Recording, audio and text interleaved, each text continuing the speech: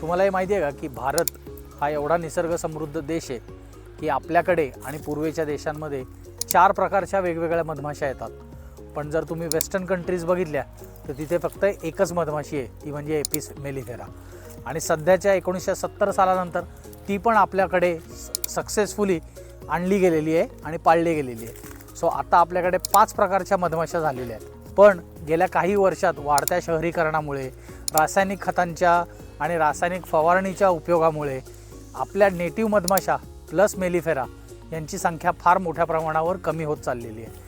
आणि निसर्गासाठी मधमाशी जिवंत राहणं आणि माणसासाठी मधमाशी जिवंत राहणं हे फार गरजेचं आहे.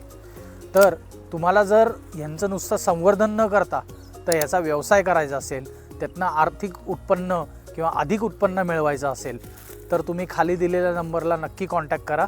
त्यामध्ये आम्ही संपूर्ण ट्रेनिंग मधमाशी पालनाचं आणि त्यांचं संवर्धन कसं करायचं याबद्दल माहिती तुम्हाला देऊ.